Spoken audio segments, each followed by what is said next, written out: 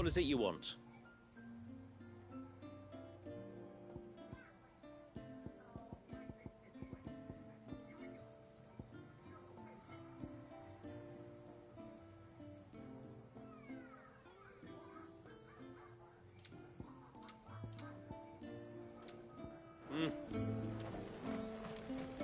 My friend, I have news. I think I might have found a way to break Talor's curse. Go on. Well, after listening to the village elders and scouring every likely-looking tome in the library, I learned that not all Tombries are the same little green menaces we know and loathe. Apparently, a chosen few live to incredible ages and grow to many times the size of their counterparts. The folktales hold that it's the very eldest of these, the Tombury kings, who weave the curses, and that their magics bind their victims to them, that they might continue to feed on their pain. So if we slay the one that cast the curse... But that was my thinking, though I doubt it'll be easy. These kings are not just bigger, they're stronger too. And if the tales are true, their followers will defend them to the death. It is a perilous proposition, in short. But it may also be Talor's only hope. What say you? I'll do it. Even if killing this king doesn't break the curse, the city will be a safer place for its removal. Thank you. So then, where will I find it? That, alas, I do not know. It must have woven the curse at the altar in Father's Fell, but as to where it is now... Fanet! You were the one asking about Tonburies, right? Because there's a whole bloody army of them out on the cloak. What? But why would they stray so far? And why now? There's only one way to find out. I'll head up the mountain and see what's going on. Right. Thank you. And please, be careful.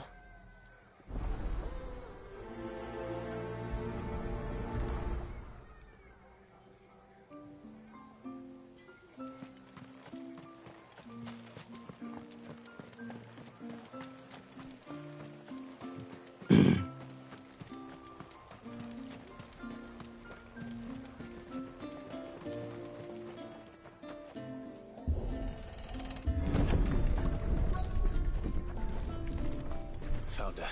They're almost at the gate. They won't be coming any closer.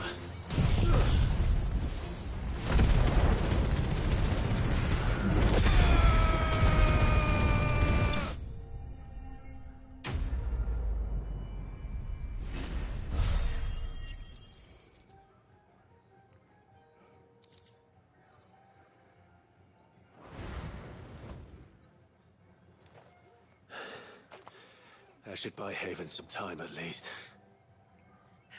Clive, are you all right? Fine. We've taken care of the immediate threat. Thank the tides. I was worried I was going to lose you both. Talor, he took a sudden turn for the worse just after you left. What?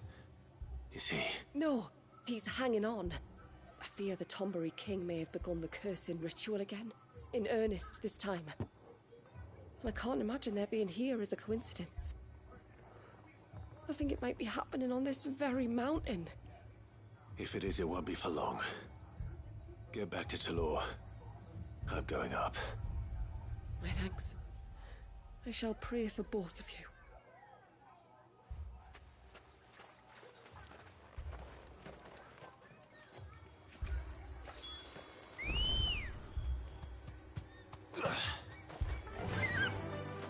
Fly, Ambrosia.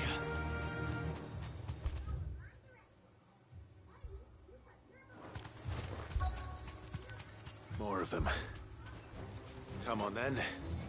I crave an audience with your king.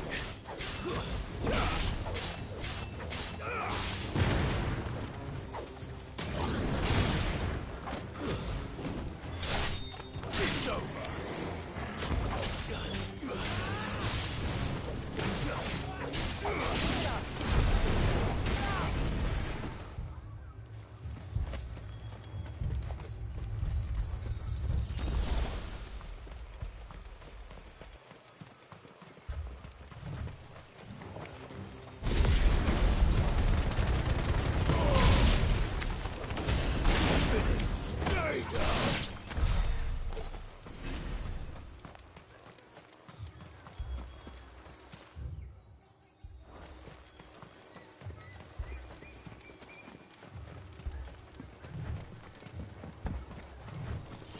Another group.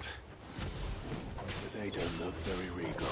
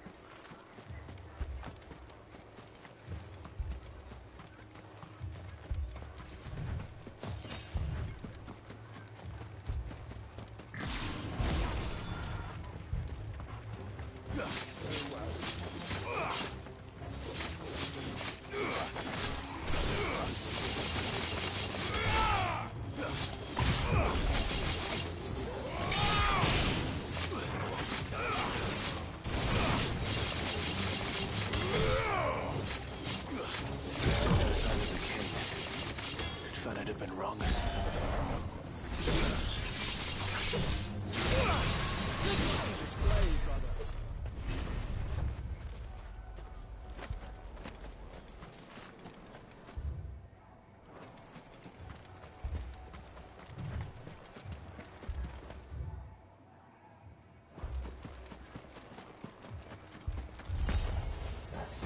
There's dozens of them. King must be close. We'll have to take care of his followers first.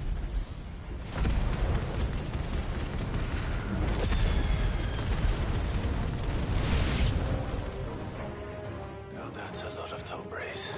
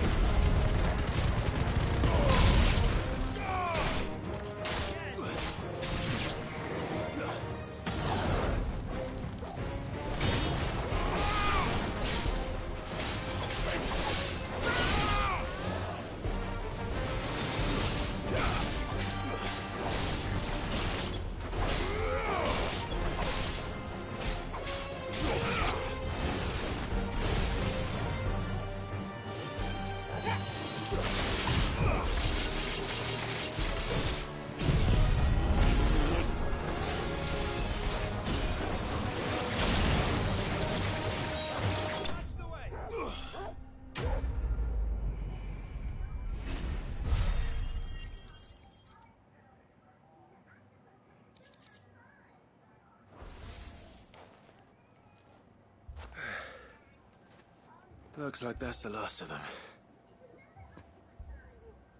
Out here, anyway. But beastmen do like dark places.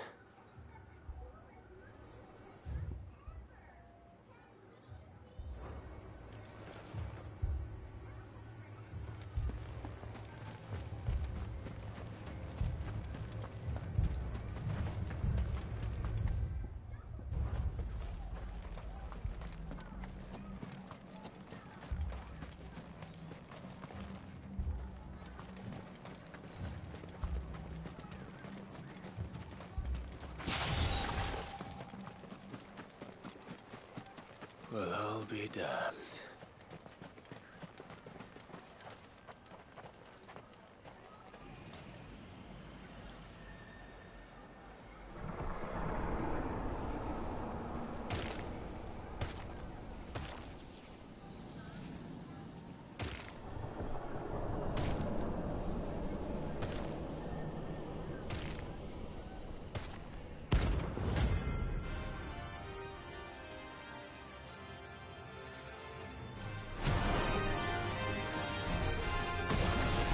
A crown.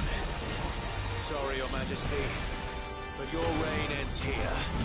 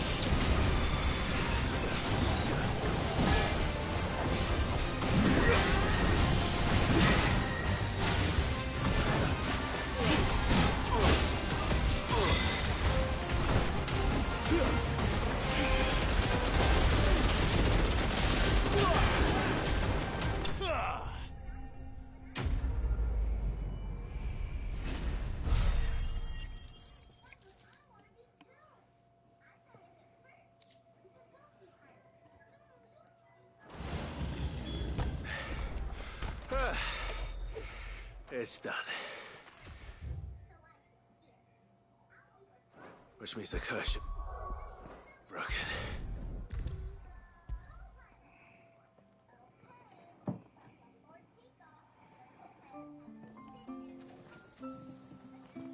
Clive!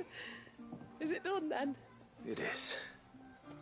I was going to ask if there had been any change in Talor's condition, but judging by that smile on your face, I think I already know the answer. You do? Talor! He's back!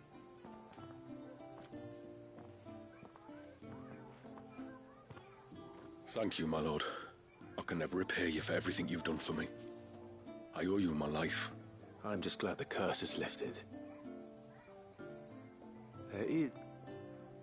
Oh, that, well... you deserve to know. It was years ago now, back in my trading days.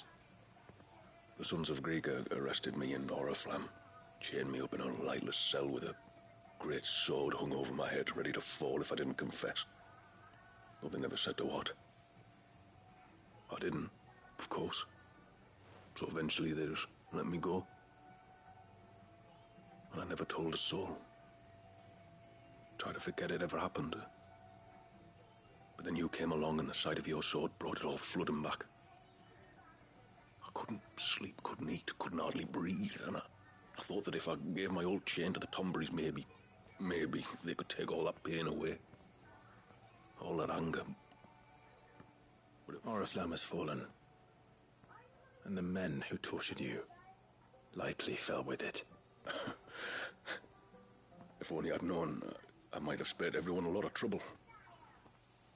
I'd convinced myself that you were like them, that all outsiders were the same, but you're not. Far from it. Thank you, son. Thank you.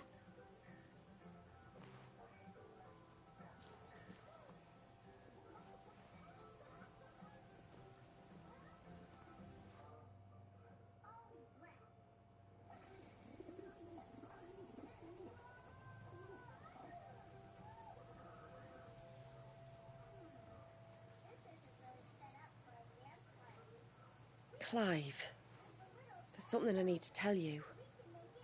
After we parted ways on the path to the cloak, I went straight back to Talor and explained to him what you were doing on his behalf.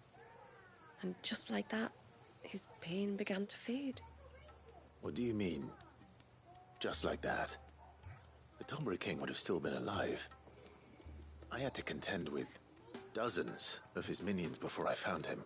Then perhaps one of them warned him of your coming and he broke off his ritual. Or perhaps knowing that an outsider was fighting for him was what lifted the weight from Talor's heart. I know from experience that many illnesses are not wholly physical, but of the spirit, at least in part. Was there ever really a curse then? Was Talor simply suffering from the pain of his memories and the guilt of what he'd done? For all the difference it makes. I suppose we'll never know. Maybe not. But this much I do know. It was your strength and your selflessness that healed his heart in the end. I'll be sure to tell my healer friend when I get home.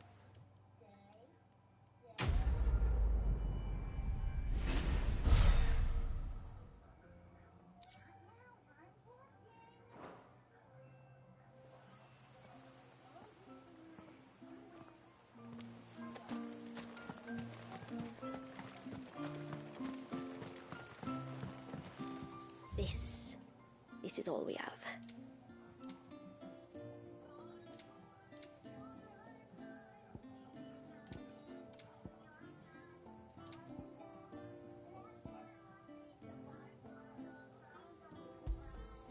Here you are.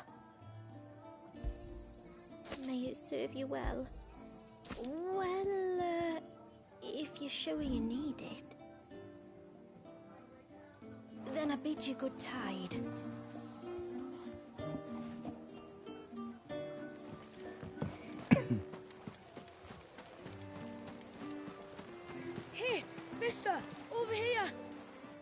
mister.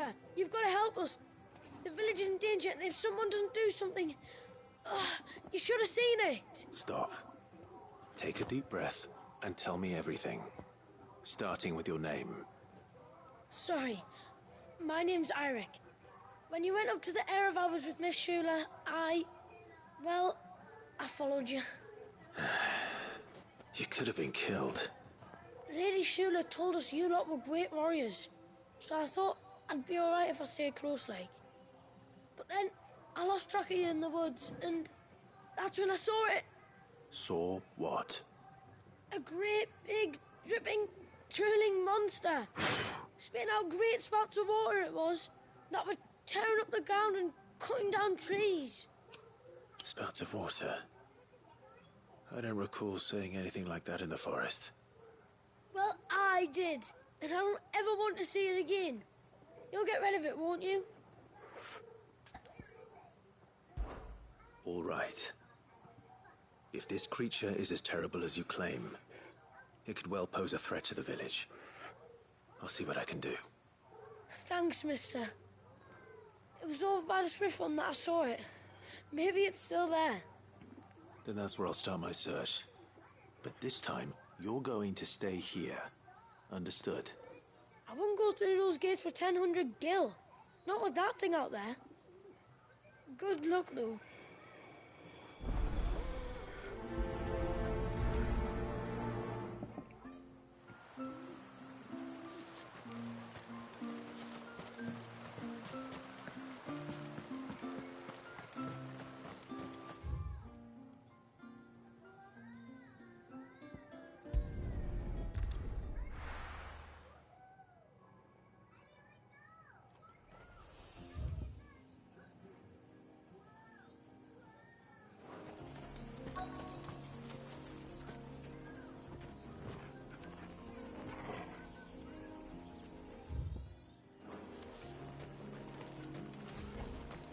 Is that the hunter?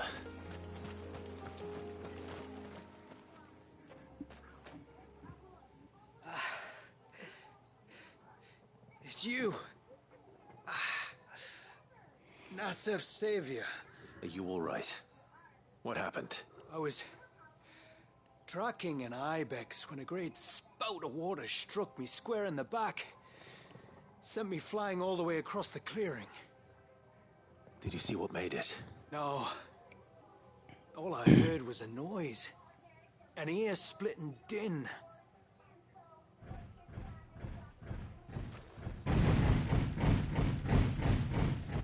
Might this be the culprit? Leave him to us.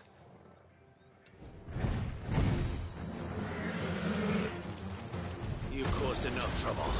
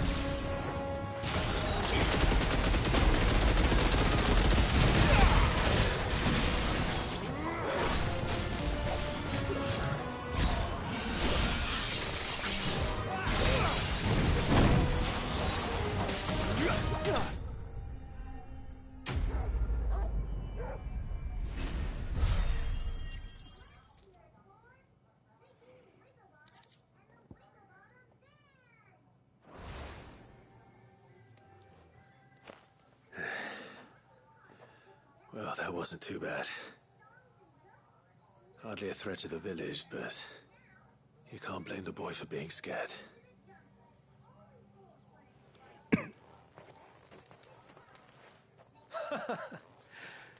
You made that look a lot easier than it was.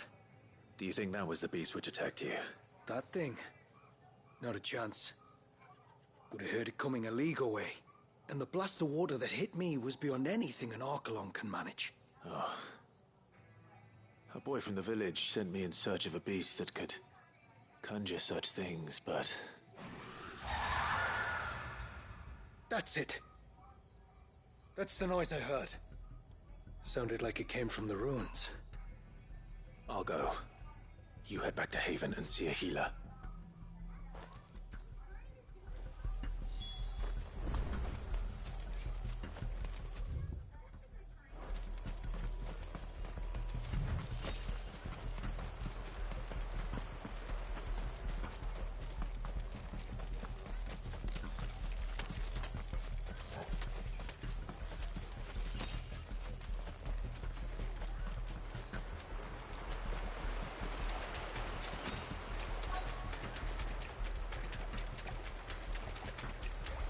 What do we have here?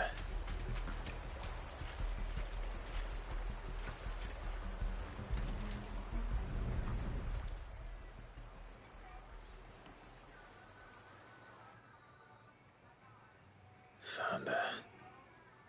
Something's been busy. Whatever this creature is, it's out for blood. But it's not having ours. Stay close, Torgal. Where are you?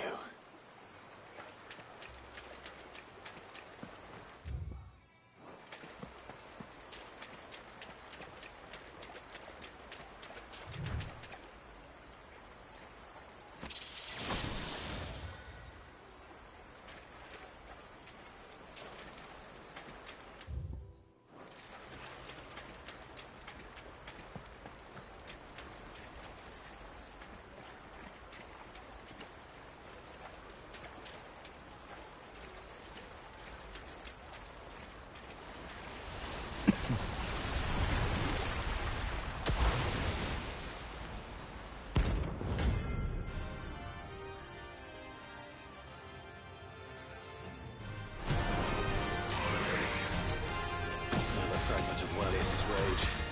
I should have known.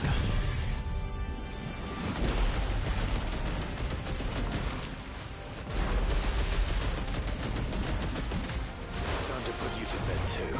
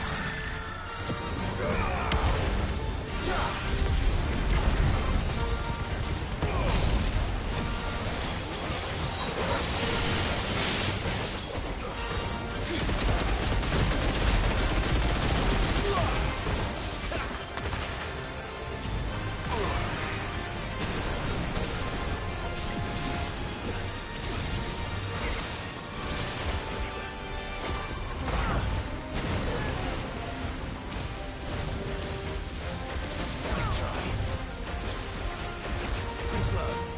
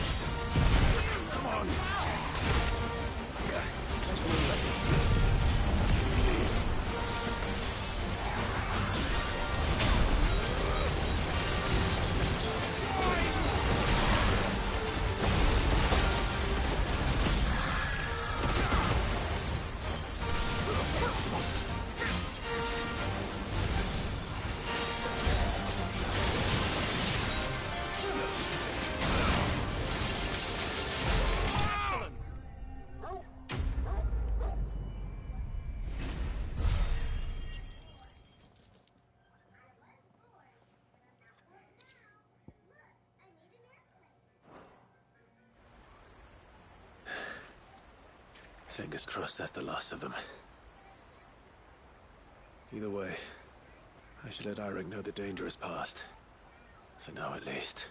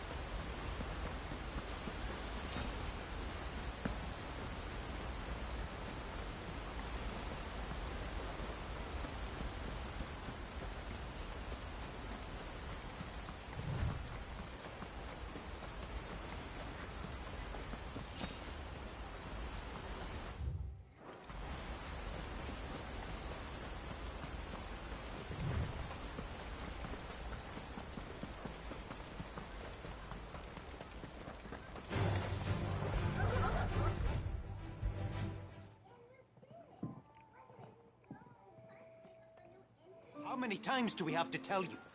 You're not to go... You're back. So? Did you find the fiend that attacked me and young Eirik here? I did. It won't be troubling you anymore. Yes. I knew you'd get it. Only because you warned me of its existence. Not that you should ever have learned of its existence, but all's well that ends well, I suppose. What was it anyway? A manifestation of Leviathan's power. When we visited Wallius in the Surge, he was angry and afraid. The Icon summoned these creatures for his protection. Though why one would be wandering the ruins of Riversmeet, I don't know. Maybe... The Falls. Aye. When they took our baby, she threw herself off the top. We go there once a year to pay our respects. The whole village. Enegi is a part of its master's spirit, but Wallius wouldn't have been aware of what had happened to his mother, would he?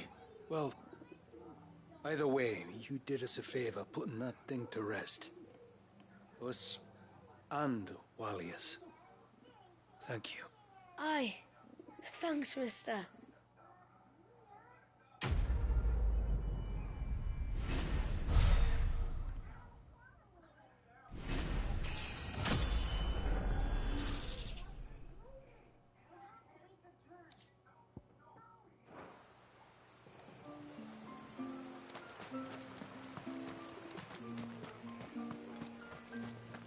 so sorry for all the trouble I put. Yes?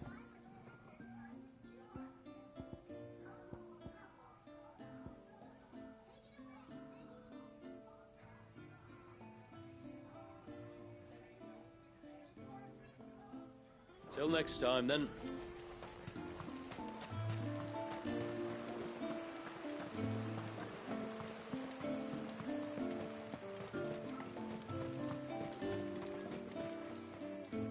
My lord, might I have a moment of your time?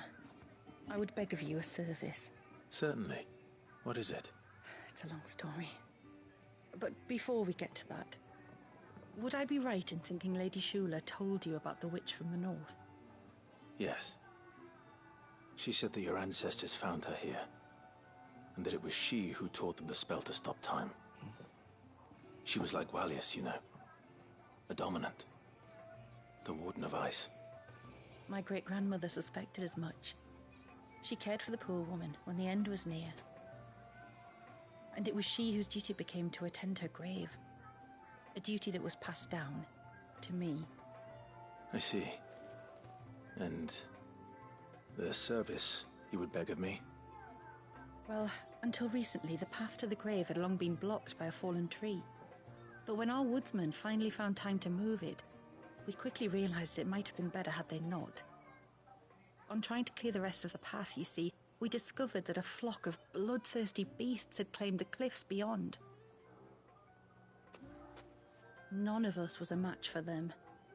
But you, my lord, have proven your strength many times over. Would you drive them away for us? Of course. I'll see the path is made safe. Thank you, my lord. The grave is in a place called Witch Drop. To reach it, one must turn left at the Winged Wains, then follow the path around to the right, deep into the forest. Why so far from Haven? It was where she lived. When our ancestors first came to Mysidia, they found her there, in an old abandoned village, and it was her heartfelt wish to return there in death. So when she passed away, my great-grandmother had a stone erected for her on the cliffs overlooking the place she once called home. How thoughtful. Well then, no time like the present. Left at the ships, then round to the right, you said. Just so. Thank you once again, my lord. I will join you at the grave anon.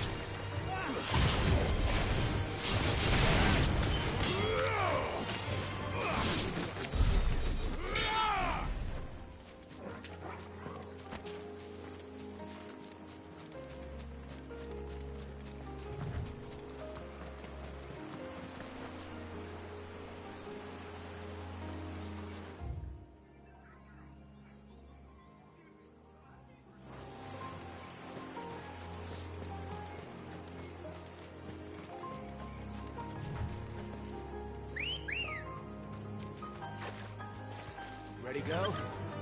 Fly, Ambrosia.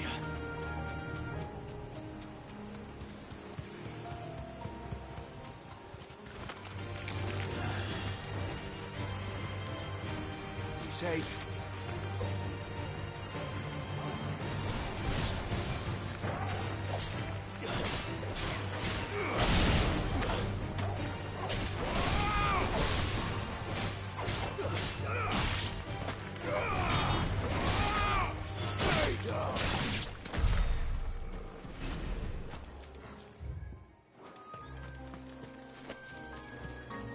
This should be the path to Witchdrop. Hungry, Toggle?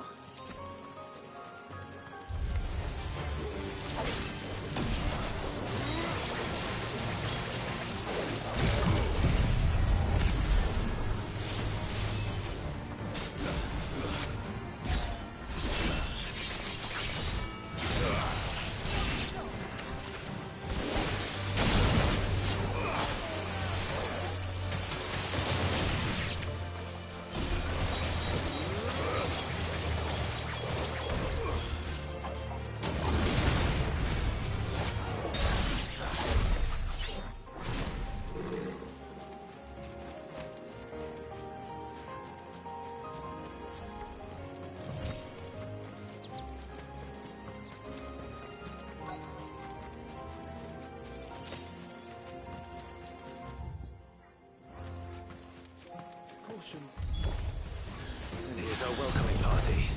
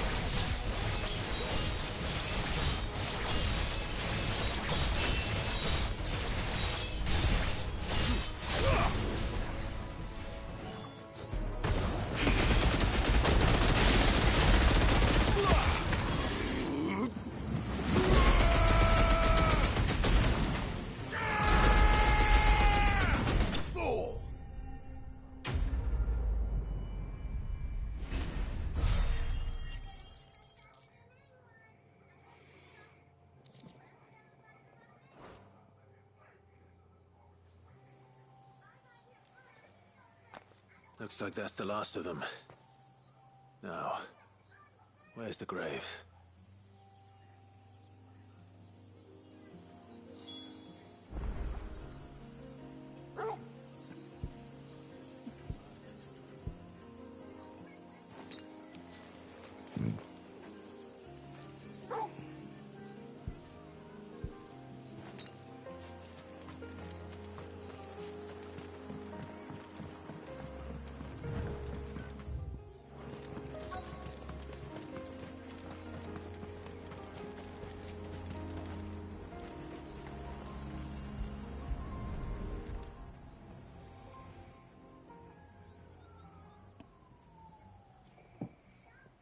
This must be it. My lord, thank you for making the path safe again. Ffxvi. Was that her name? Yes. Hardly the most fitting tribute for a dominant, is it? A rough-hewn stone with naught but a given name engraved on it. But my ancestors had only been here a matter of weeks when she passed. Every day was a struggle to survive. They had neither the time nor the energy to devote to a more elaborate memorial. Yet they spared what they could to grant her wish, that even in death she might continue to watch over her home. She lived down there then, in the ruins. That's right.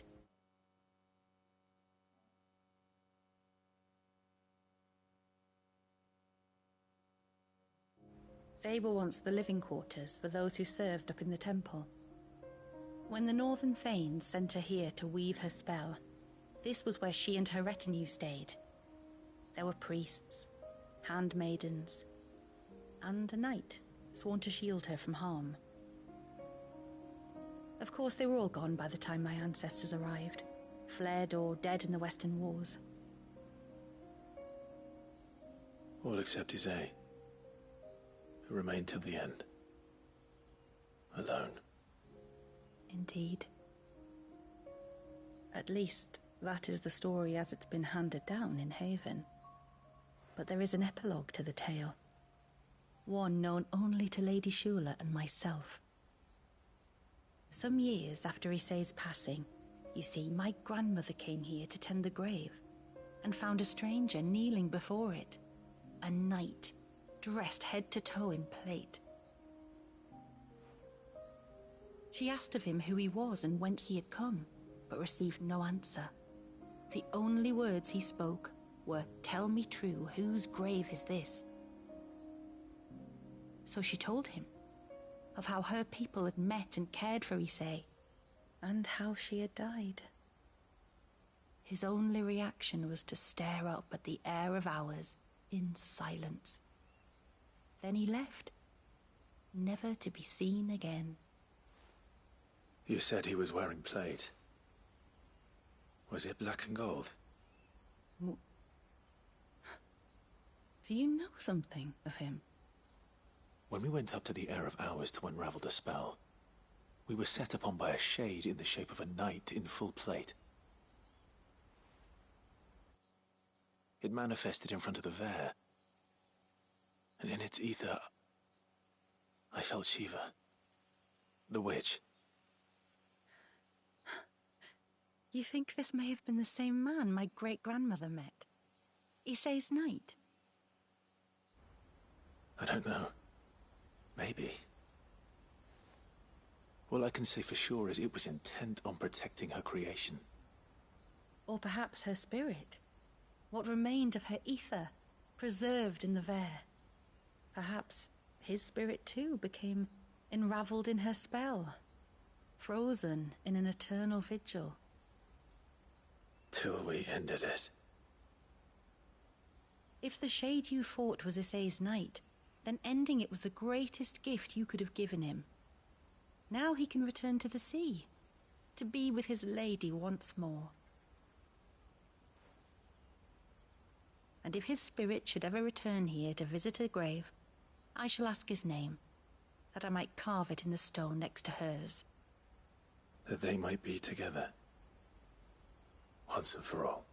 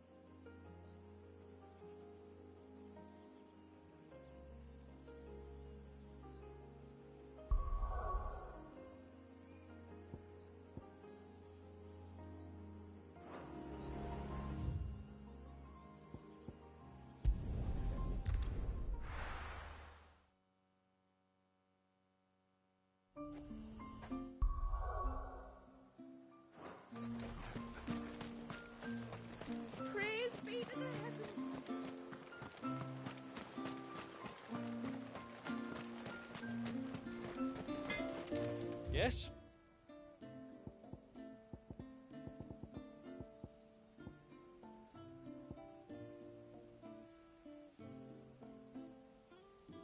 Till next time, then.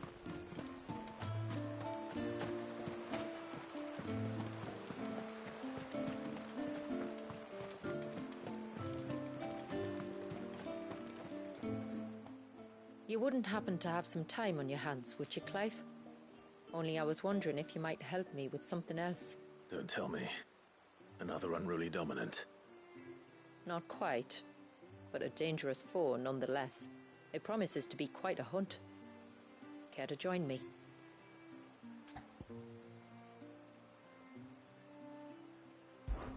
All right. Tell me about our quarry. A fiendish, cold-blooded beast known as a Ffxvi. Normally, we leave such animals well alone, and for good reason. But I have an even better reason to want its tongue. Its tongue? If you'll permit me, tributary, I can explain. Certainly, Yemen. It's been over a week since me sister gave birth to her first child, yet she still isn't back on her feet. We've tried everything to restore her spirits. Physics and nostrums, the laying on of hands and of leeches, but all to no avail. The healers tell me there's only one hope left. A broth as potent as its ingredients are perilous to procure. It isn't only Yamila's sister who stands to benefit from this, by the way. There's her baby to think of. And Walius, too. She'd agreed to be his wet nurse, you see. I'd be glad to help. Thank you. Our hunters have no shortage of skill, but this task calls for more than that. And it won't be achieved through weight of numbers either. The Ffxvi is as wary a foe as it is a deadly one. 2 hunters might catch it unawares, but any more than that, and it would pick up our scent a league away. Then it is decided. The 2 of you will go, while Jill and I occupy ourselves here. Perhaps we might help prepare the broth. That would be most kind of you. Come then, Clive. The river of time flows fast, and so must we. There's a Ffxvi that has claimed the ruins at the foot of the mountain as its hunting ground. But as I say, they are wary creatures. We'll need suitable bait to draw it out. The flesh of a forest ibex should suffice. To the forest, then.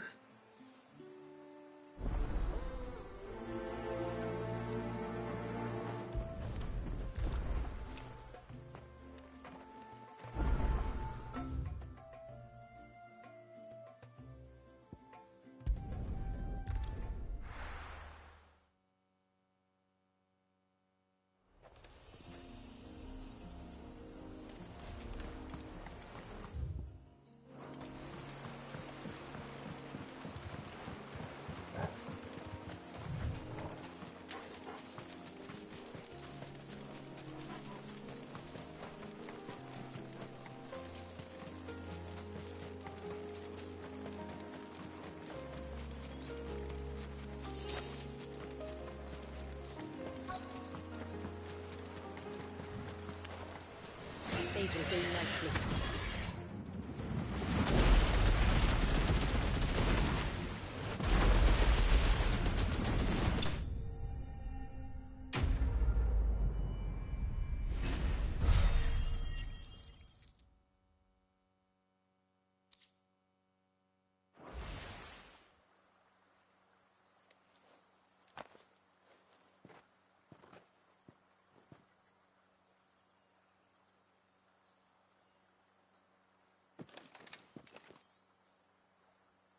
Return to the sea, and to the clouds rise again.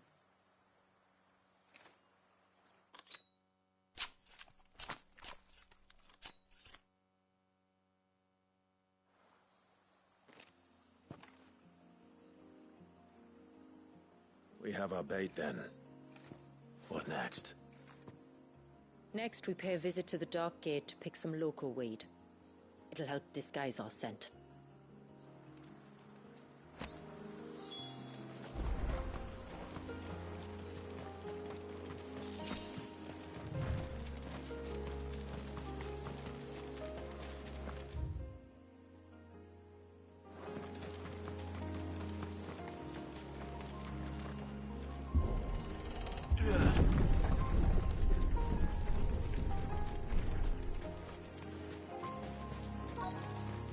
There should be a sprig or two of local weed growing somewhere around here.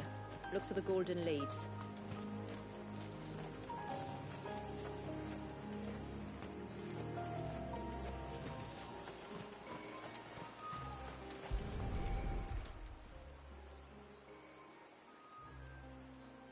Is this it?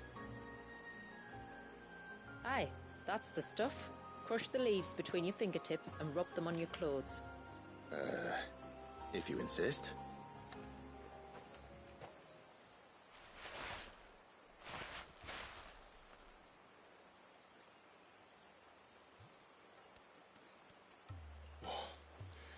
You could have warned me about the smell. Like corruption, isn't it? We'll have an honor guard of flies before long. But it'll stop the Ffxvi from noticing us. Its nose will tell it we're nothing but a feast for worms. Oh, I feel so much better. We can wash it off afterwards.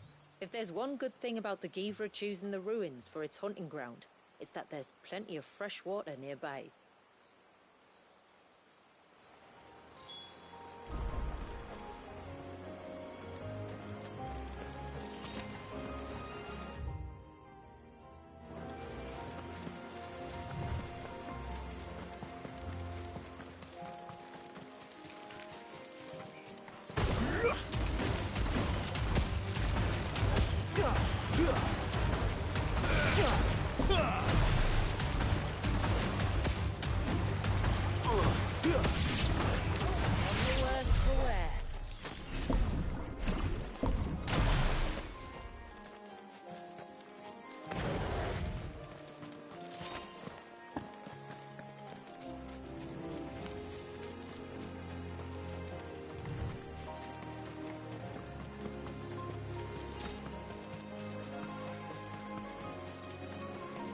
Where should we lay the bait? Ffxvis are creatures of habit. Look for some sign of its passing. It's sure to return to the same place sooner or later.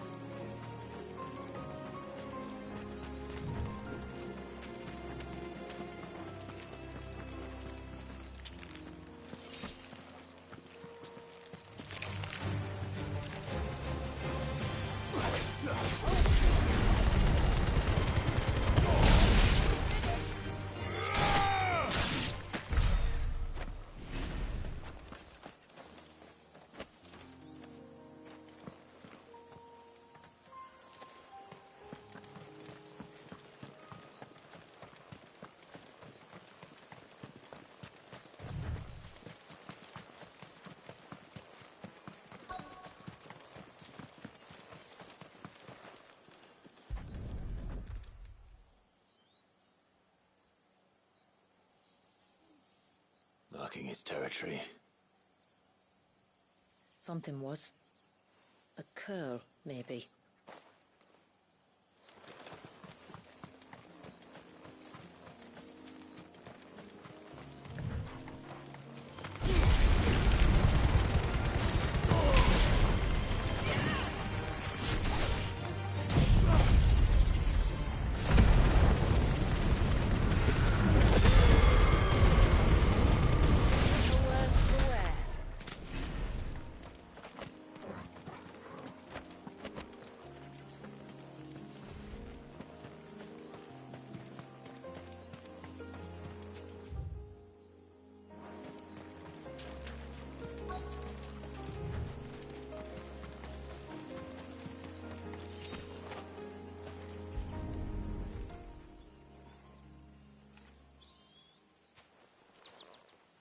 Tracks.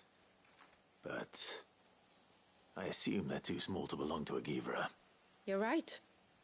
They're barely big enough to belong to a Ffxi's breakfast.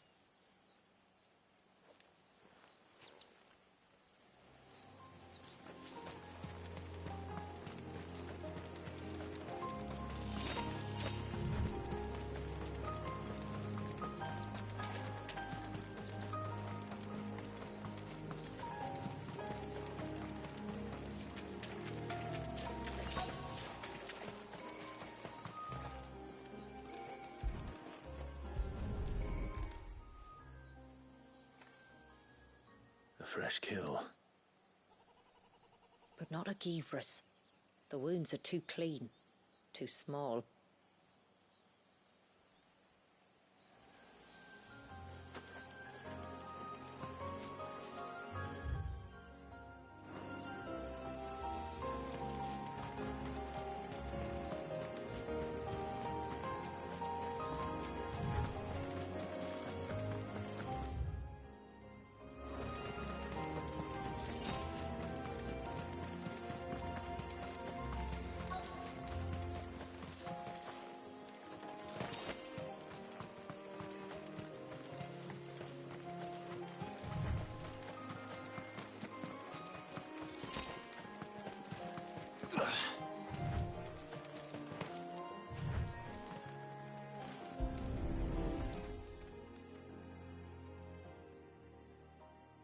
These look like a predator's tracks. You can clearly make out the claws. And not just any claws. These belong to a Ffxvi. There's no mistaking them. We'll lay the bait here. Let's hope our friend is hungry.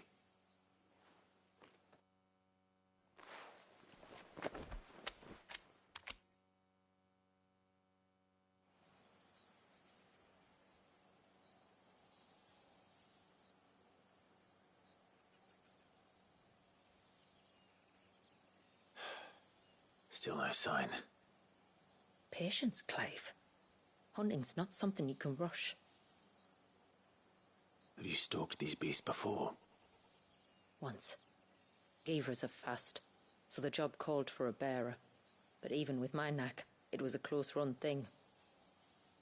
Not many leaders would take such risks for their people. Says the man who battled an icon to save a boy he barely knew. It is the way of the moats of water to use what gifts we've been given for the good of all. And I gather it's your way too. It was Sid, the man whose name I bear. He fought for his people and their future with every fiber of his being. And I'm just following in his footsteps. In many ways, you remind me of him. Me? You're confusing daring with desperation. Quiet. Something's coming.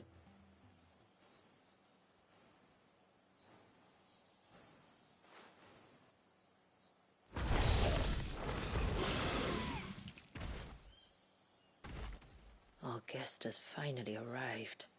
Shall we greet him? It'd be rude not to.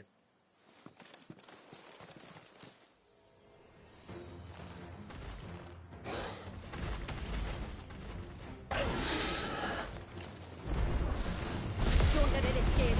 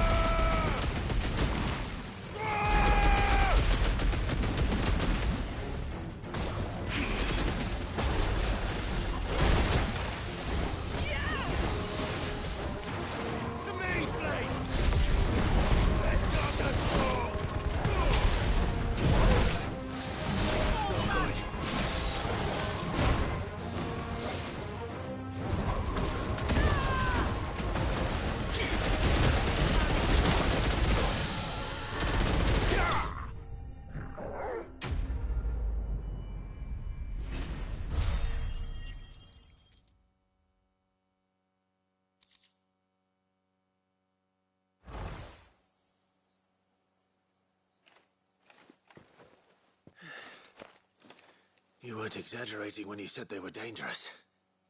They're forces of nature, all right. And with this one's passing, the river of life has calmed.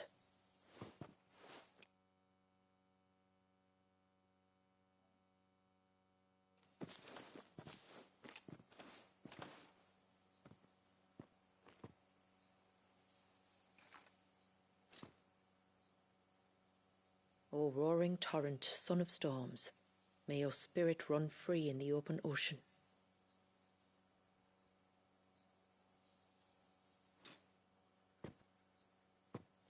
This flesh I claim, that your gifts might rain down upon us this day, and our river flow in spate once more.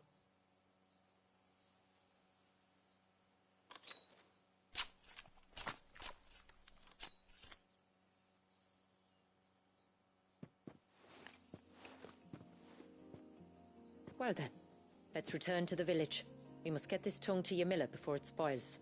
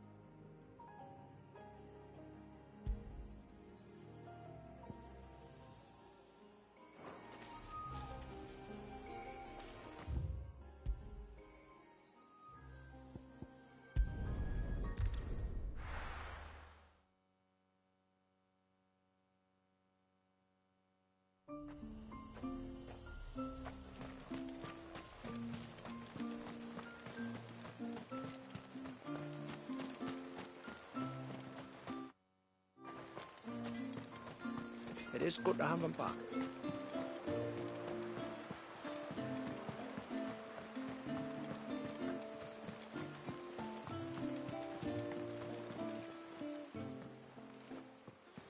Tributary, my lord.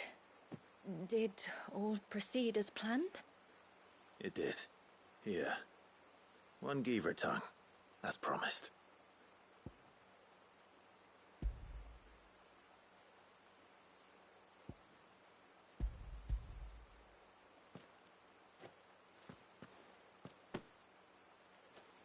Oh, thank you. I shall add it to the broth at once. By your leave, tributary. If there is anything else that we can do to help, you need only ask. No, no.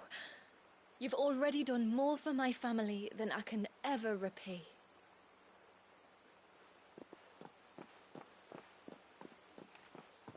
Just as you have, Clive, for my family. I only regret that I have nothing to offer you in return but my gratitude. It's more than enough. Besides, I'm no less grateful to you. For what? For welcoming my friends and I into your midst. For showing us how your people live.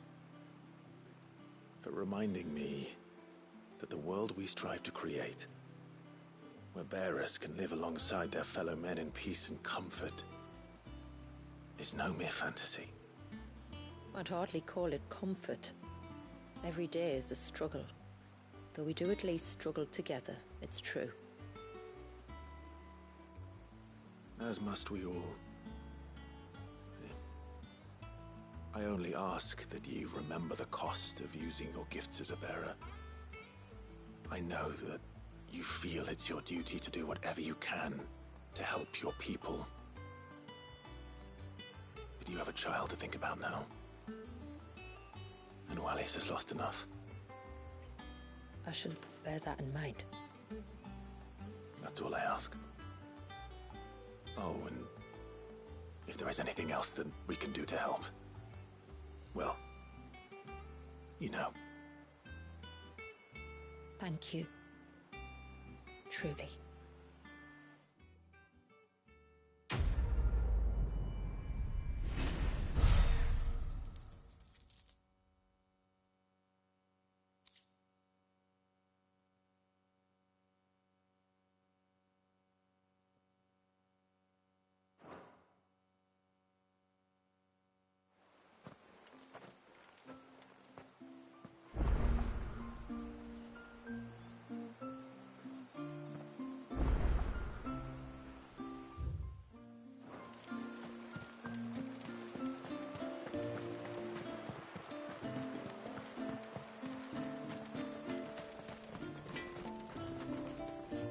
Reckon my steel's just as good as any.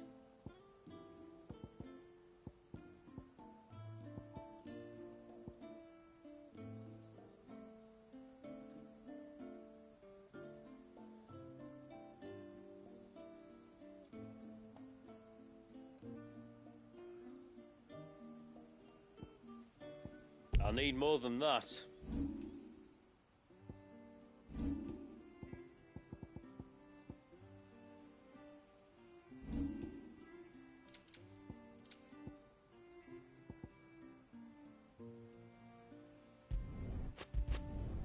Done. Will that do, yeah?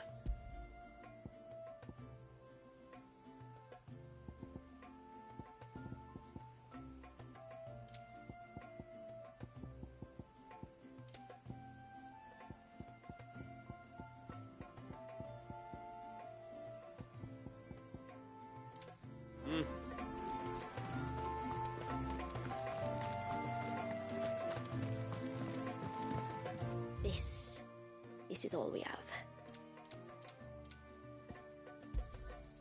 May it serve you well.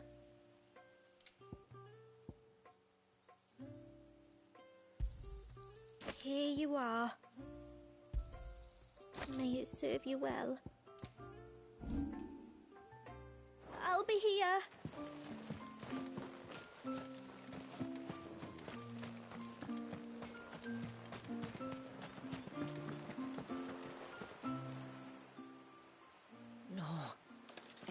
To be him. What has to be who? If you, don't mind my asking. It's not your asking, I mind. It's my explaining. But I don't see any other way around it. You see, when a baby is born here, we hold a ceremony to welcome them. The rite of immersion, we call it. But I don't know whether Walius was ever afforded that courtesy. What is abundantly clear, though, is that my ancestors never welcomed him as one of us. And I want to change that. The problem is, the ceremony requires 3 ministrators, the baby's parents and a witness. As tributary, the role of witness would normally fall to me, but being Walius's closest living relative, I must play the role of mother. So you want me to serve as witness in your stead? That's right. A witness must be a trusty guardian, ready to steer the child through the stormy waters of life and on to tranquility. Which is why I thought of you.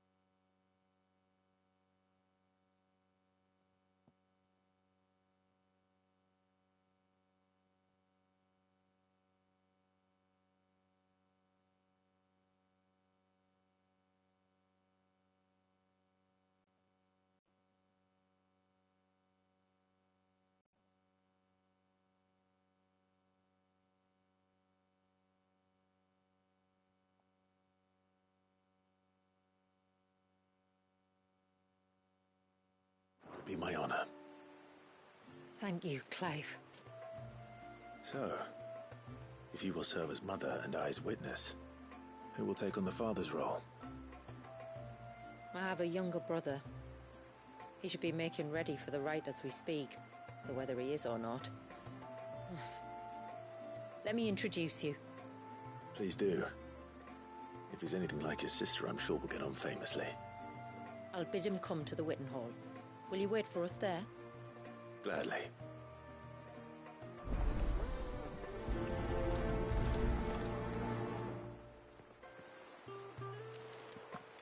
It is good to have him back.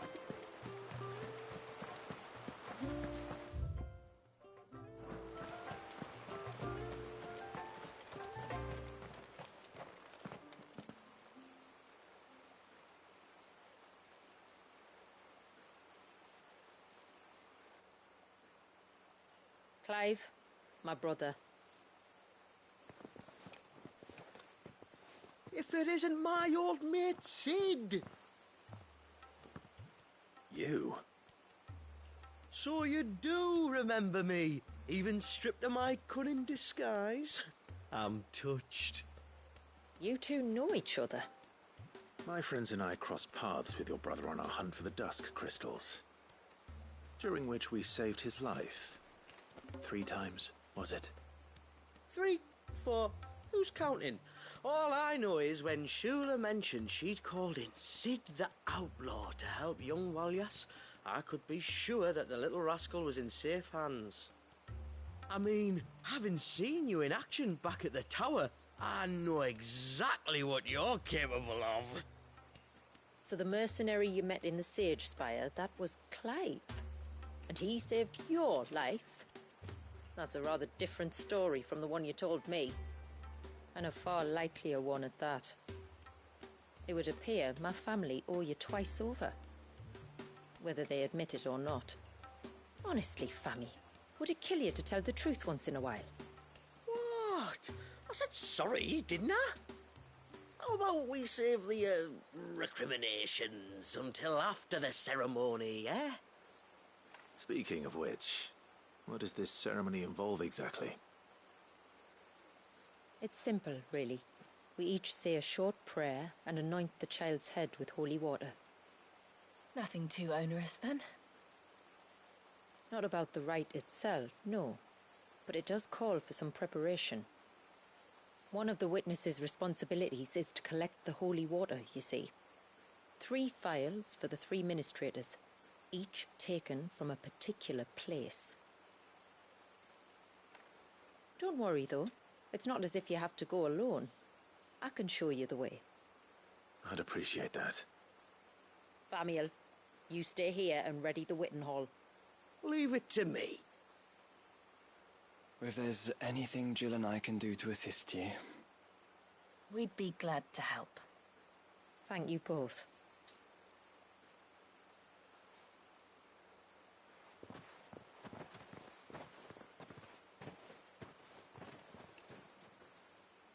All right then, let's get started, shall we? There are 3 types of holy water that we must collect. The water of the mountain, of the river, and of the sea. We take the water of the mountain from the spring atop Maiden's March. The water of the river from the course that flows through the ruins of Riversmeet. And the water of the sea from the shallows of Tailwind Bay. Here are the phials we'll be using in the ceremony.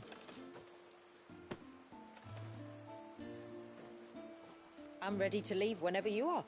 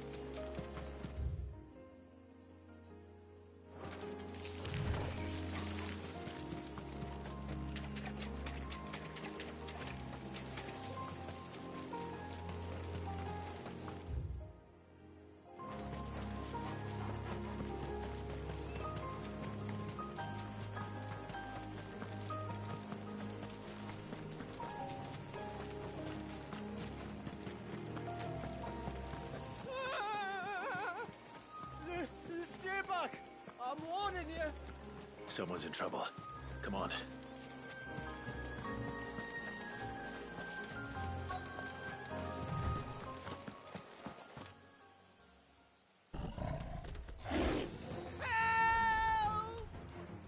Help? What help? Nobody's coming to... Help? We're here to help. Keep its attention on us.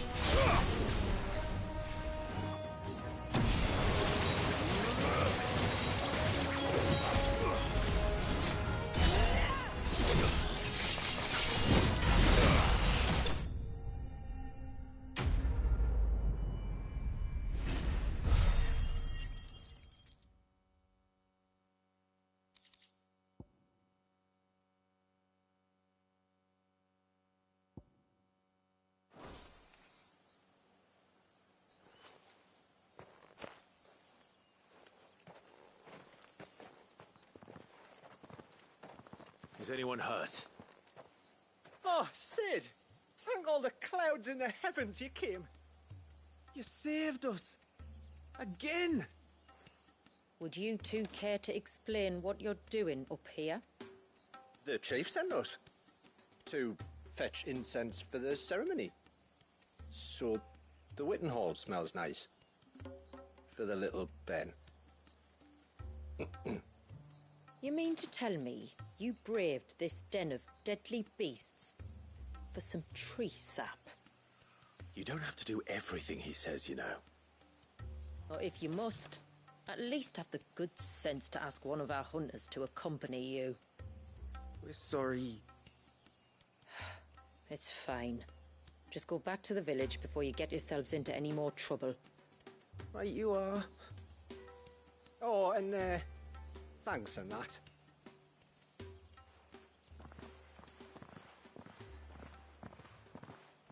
Remind me to give my brother a cuff round the ear when we get back.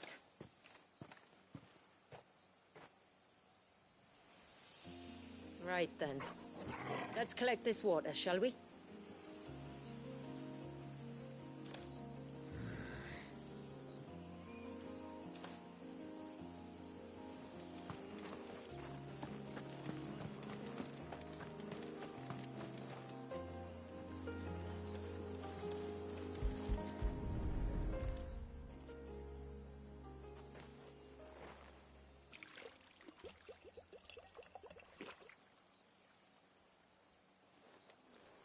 The rain that falls on the mountain emerges here, in these springs. The source of the river. The source of life. Precisely. Take care not to spill it. Right. Let's save that for the ceremony.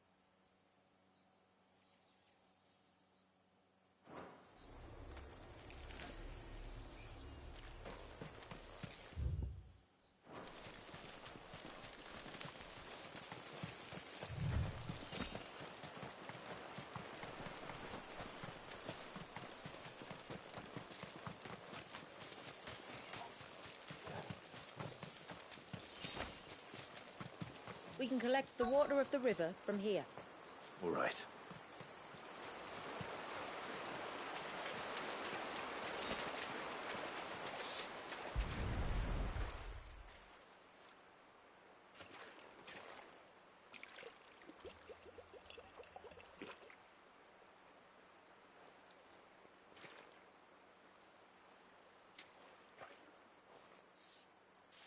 The water of the river represents life. It is constantly moving, constantly changing.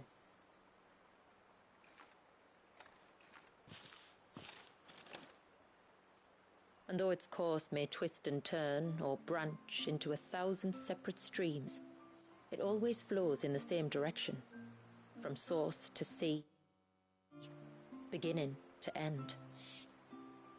Like time. What of Wallius then? When your ancestors froze him, did they remove him from the River of Life? They did. Like an ice-bound pool that didn't thaw for 80 summers. But now he's free to flow again, to live. And you and I shall flow with him, for we are all but drops of water in the great river of life. I find that thought oddly reassuring. Go on. A drop of water might seem insignificant on its own, but as a part of a torrent, it can cleave a path through the hardest rock. It makes me believe we humans might just stand a chance. I believe we might. Just one more file to go then. Nearly done.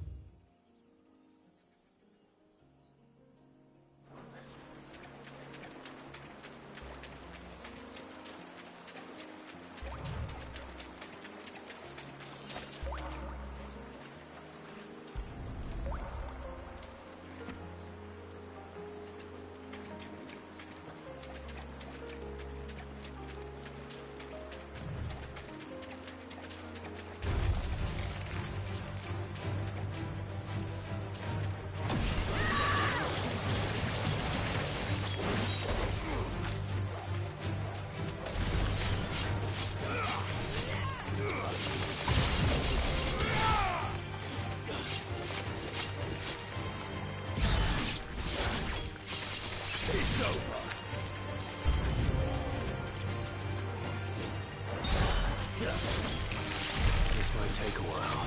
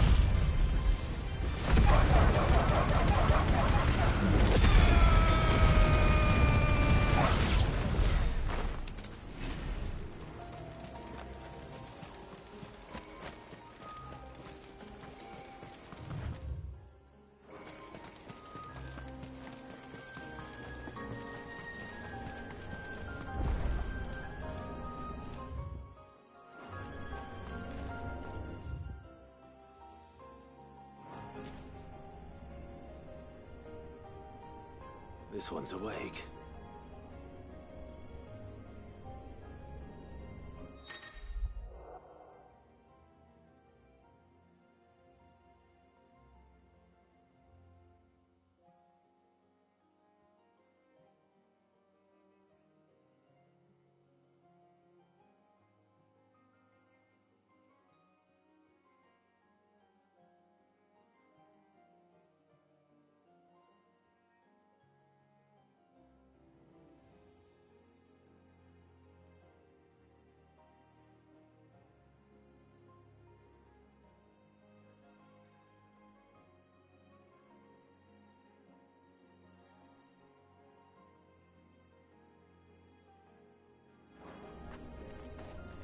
Let's see what's inside.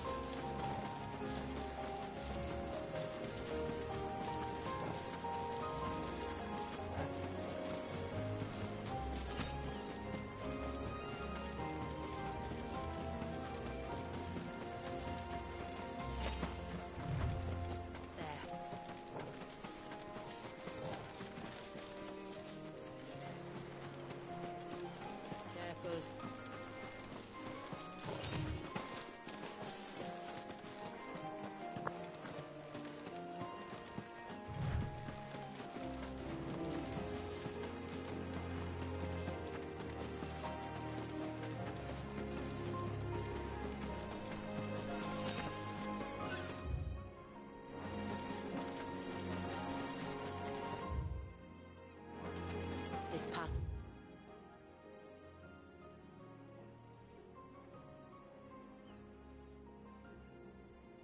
Leads down to the coast. Usually we keep this gate shut tight, but since this is a special occasion...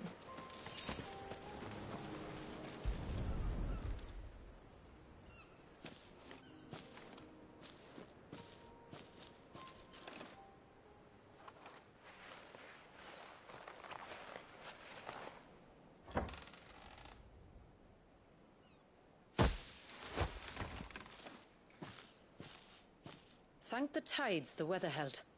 This place can be treacherous when the waves are high.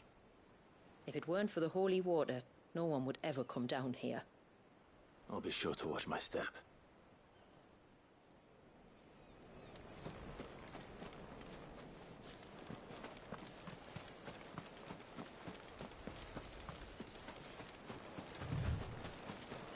Water flows to the sea, then rises into the clouds. Just like life, the end is not the end, only a new beginning.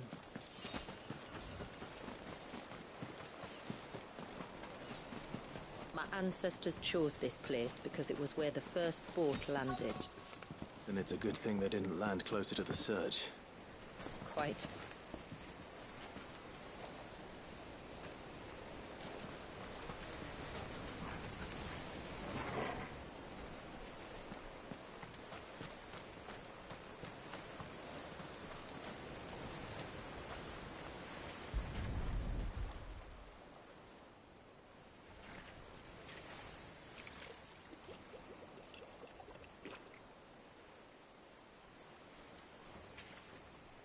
The water of the sea.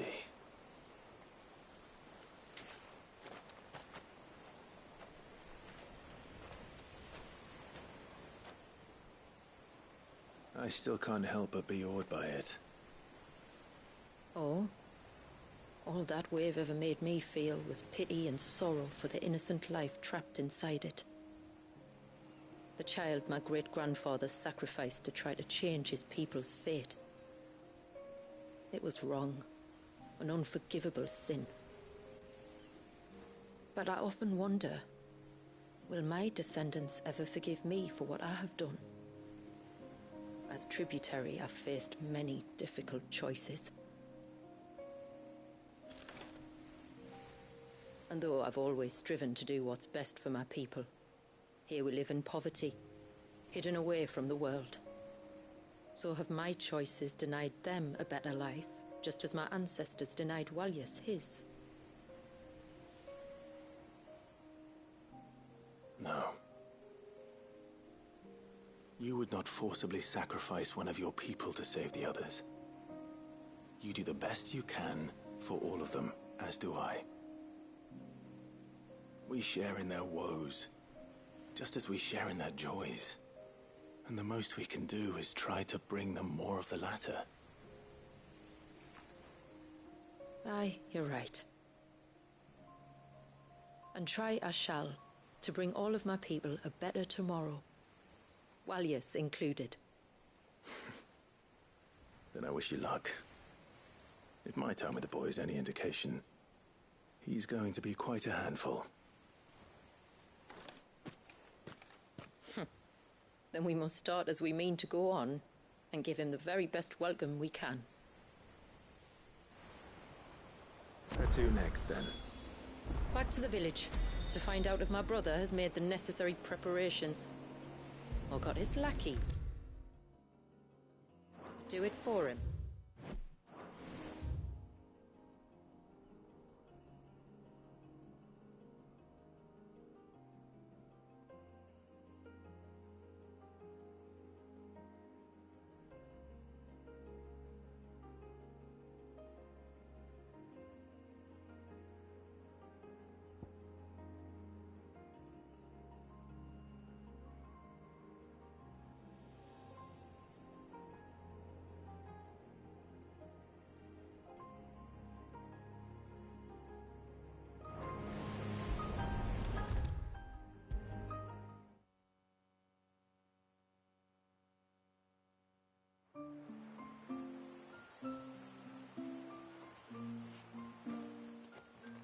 We have the holy water. Is everything else in place? All ready to go. Told you could count on me. Then let us begin. Famiel, have your men summon everyone to the Witten Hall. Right you are.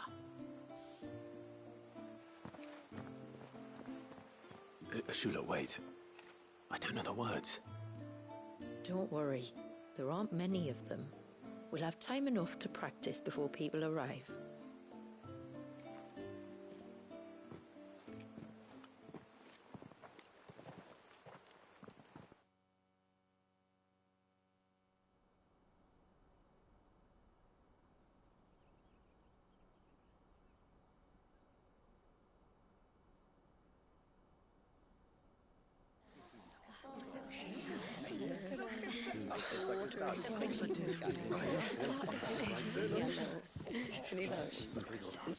My friends, we are gathered here today to welcome this child into our community by the rite of immersion, as has been our custom since the first reign. As tributary, I would normally perform the rite with the child's parents, but Walius's mother and father returned to the sea long ago. So I and my brother Famiel shall serve as his family, while the one who returned him to us shall bear witness in my stead. Clive, if you would step forward.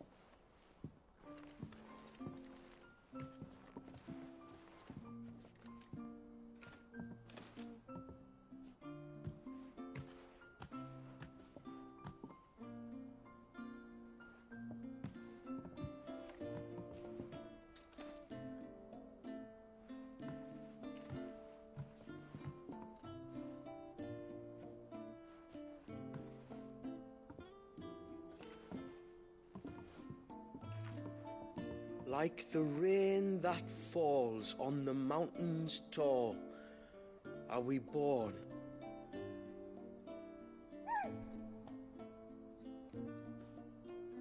Like the river that flows through the valleys below, do we live.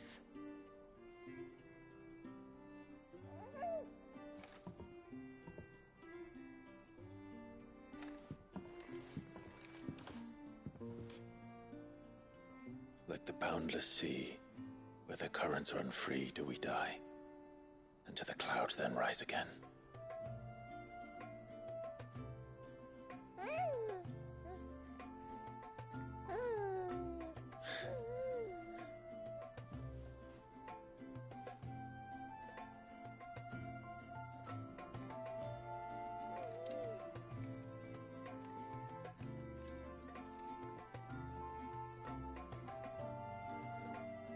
The circle of water is the circle of life, and today from the heavens falls rain anew.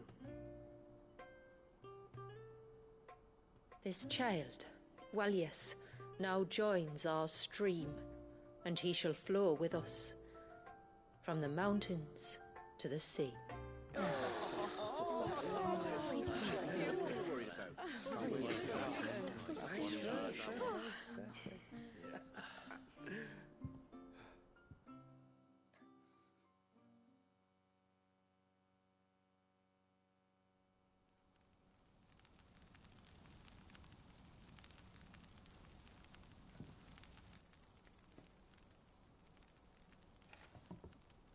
You played your part to a T, Clive. Thank you. It means a lot to us. I was honored to be asked, and terrified I'd miss. Now that you're part of the family, young Walyas, my lad, Uncle Famiel can teach you the ways of the world. Oh no, he can't. Eh? Don't be so hasty. Your brother's knack for self-preservation might serve him well. Ha! You are never going to let me live that down, are you?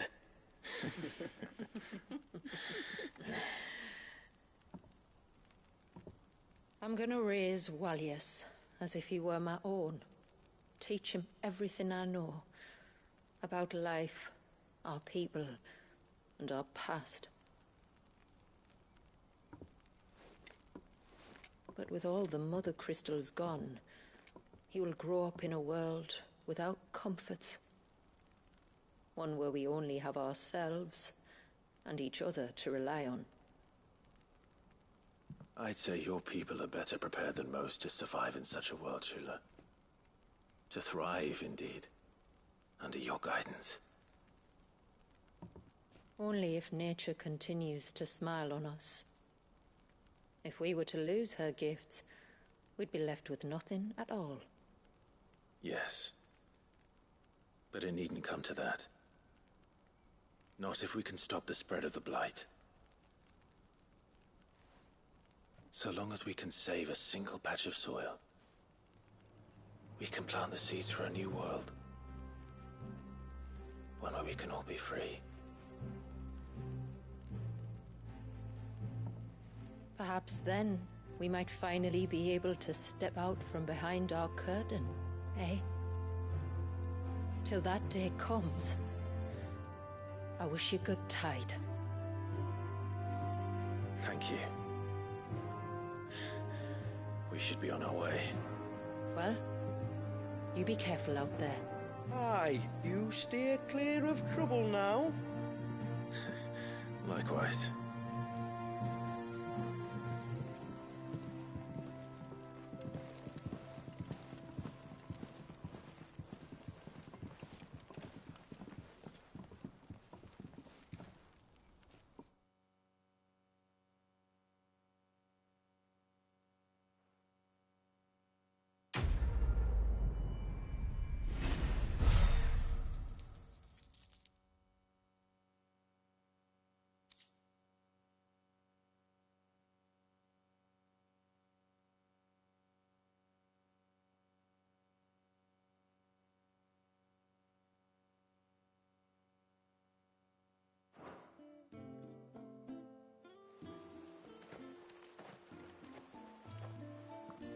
To think, we must be the first outsiders to have witnessed that rite in over a century.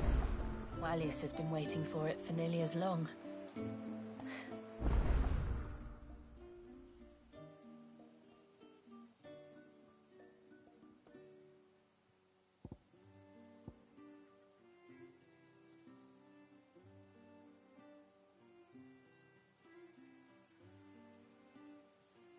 Seem pleased to be finally rejoining the family. Now all we have to do is save that family. To change our river's course.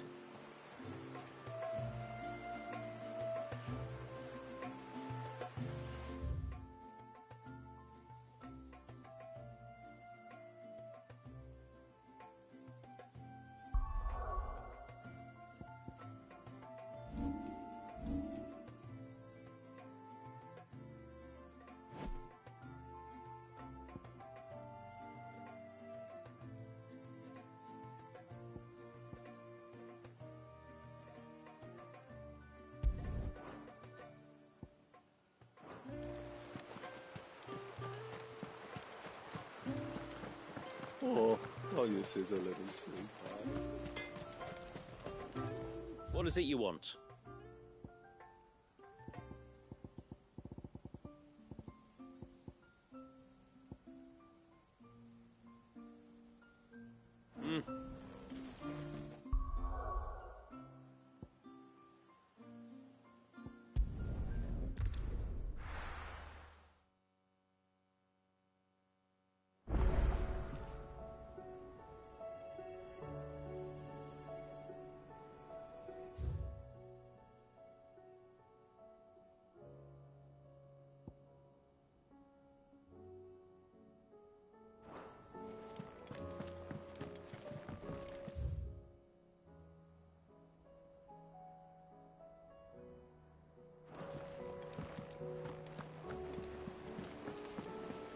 There's something about it.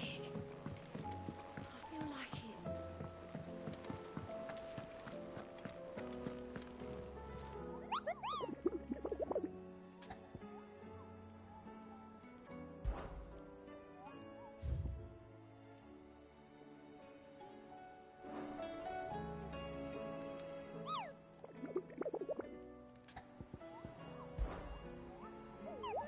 You're not from the forest? Well, and...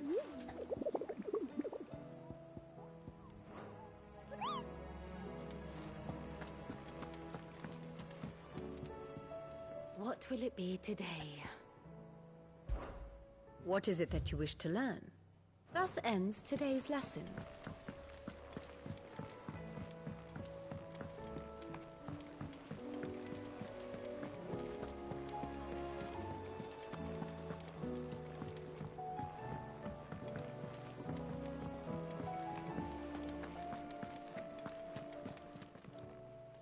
Still alive, are you?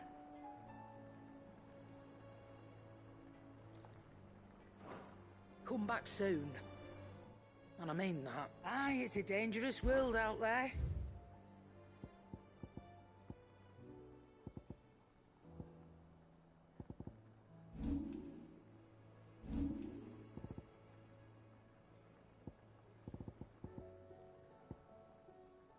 Is that all?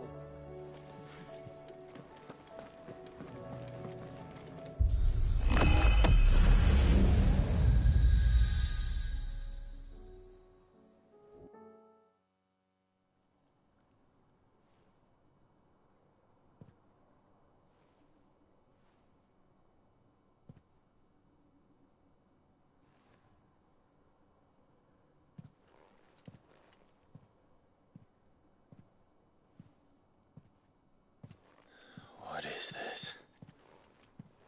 Muthos. You plumbed the very abyss, yet still you hunger. We are impressed. Is that so?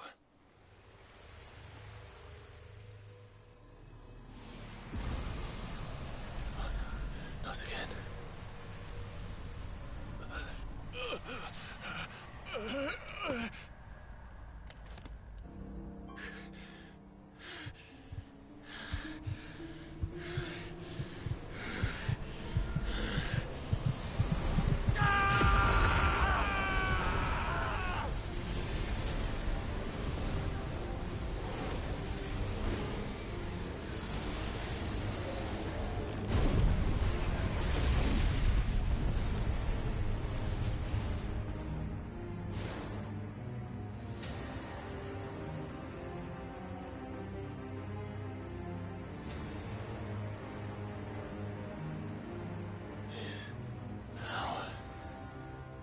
Is ours, and now it is yours. Consider it a gift from us to you, a taste of things to come. You still think I'm going to be your vessel?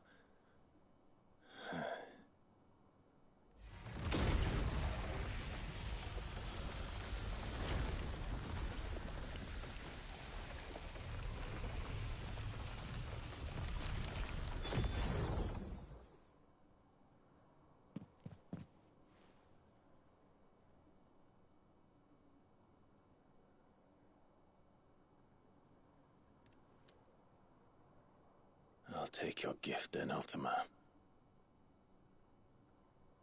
Just don't expect it back.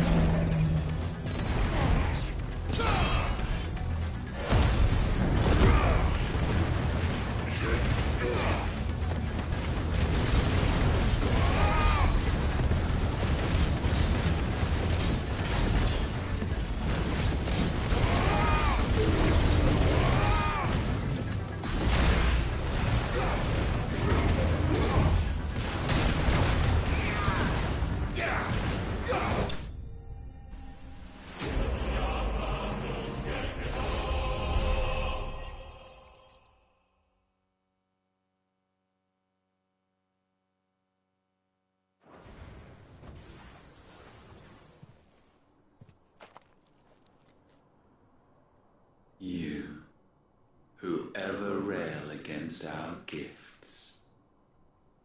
Remain all too eager to avail yourself of them. Perhaps you require more time to reflect.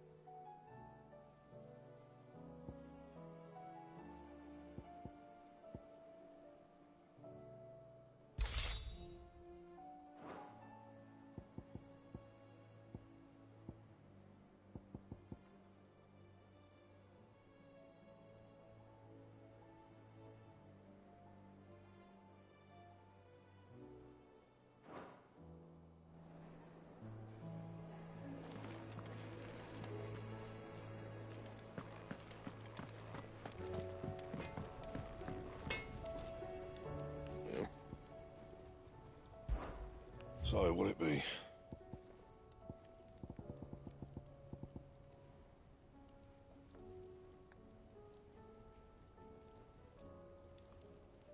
Bring me the materials, and I'll think about it.